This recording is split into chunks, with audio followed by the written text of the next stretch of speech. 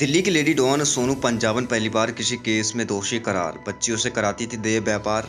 दिल्ली में सोनू पंजाबन के नाम से कुख्यात लेडी डॉन पहली बार किसी केस में दोषी करार दी गई।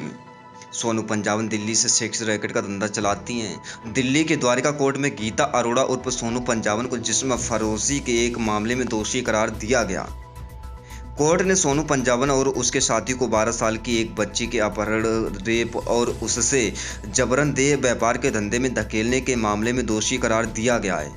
यह केस साल 2009 का है, जब एक बच्ची का दिल्ली के हर्ष विहार इलाके में अपहरण हुआ और कुछ समय बाद वह किसी तरह नजफगढ़ थाने में पहुंची। उसने वहां पहुंचकर पुलिस को अपनी आप बीती सुनाई। 6ठी क्लास की बच्ची का रेप। बच्ची ने पुलिस को बताया कि साल 2006 में वो 6ठी क्लास में थी। उस वक्त उसकी दोस्ती एक संदीप नाम के शख्स से हुई। उसने शादी के बहाने उसे एक अनजान इलाके में बुलाया और वहां उसके साथ रेप किया।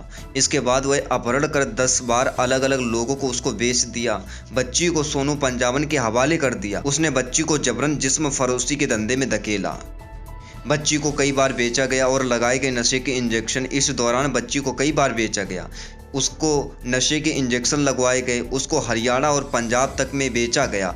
इसके बाद एक सतपाल नाम के एक शख्स ने बच्ची से जबरन शादी कर ली। इसके बाद उसके चुंगल से किसी तरह भागकर बच्ची थाने पहुंची। मामला क्राइम ब्रांच के हाथ में चला गया और क्राइम ब्रांच ने सोनू पंजाबन और संदीप दोनों को गिरफ्तार कर लिया।